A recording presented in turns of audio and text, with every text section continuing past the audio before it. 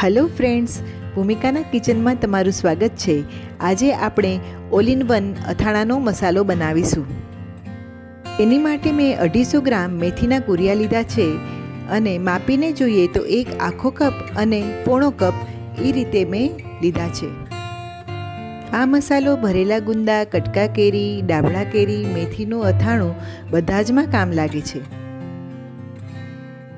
આની સાથે મેં મરચું પણ 250 ગ્રામ લીધું છે અને મેઝરમેન્ટના હિસાબથી જુઓ તો મેં ટોટલ 2 કપ મરચું લીધું છે।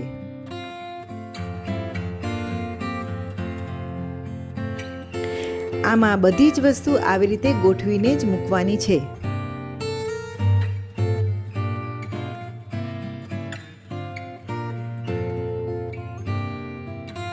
બાકીની વસ્તુઓ આમાં નાખવા માટે તમારે વચ્ચે આ રીતના જગ્યા કરતા રહેવાની। 250 ગ્રામ રાઈના કુરિયા લીધા, 250 ગ્રામ આપણે લાલ મરચું લીધું અને એની સાથે હવે આપણે 250 ગ્રામ મીઠું લઈશું।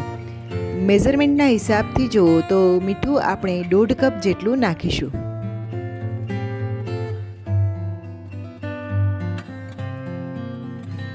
હજી પણ આમાં વસ્તુ બાકી છે એટલે વચ્ચે આપણે જગ્યા કરી લેવાની। આ આચાર મસાલાની રીત તમને ગમી હોય તો કોમેન્ટ લખવાનું ના ભૂલશો।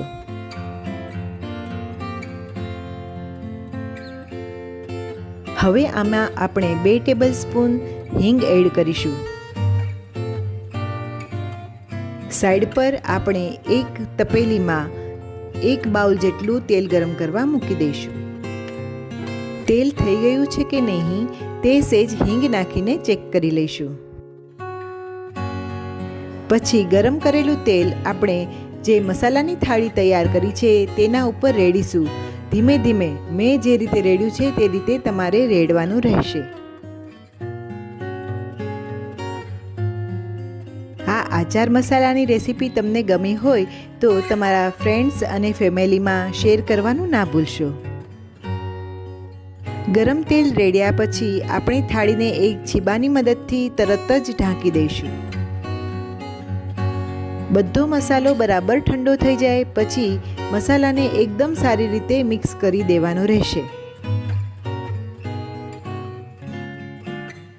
આ વિડીયોને શાંતિથી જોવા બદલ આપ સૌનો ખૂબ ખૂબ ધન્યવાદ।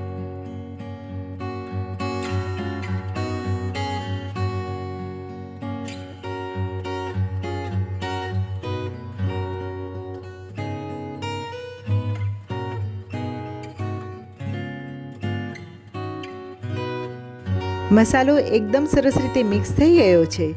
એનો કલર પણ ખૂબ સરસ આવી ગયો છે। હવે આપણે એને એક એરટાઇટ કન્ટેનરમાં ભરી દઈશું અને જ્યારે પણ જે પણ અથાણું કરવાનું હોય ત્યારે આપણે આ કન્ટેનરમાંથી મસાલો લઈ અને તેનો ઉપયોગ કરી લઈશું। ગોળ કેરી માટે આ મસાલાનો તમારે બિલકુલ ઉપયોગ કરવાનો નથી। ગોળ કેરીનો મસાલો કઈ રીતે બનાવો તેની રેસીપી હું પછી એક વિડીયોમાં શેર કરી આપીશ।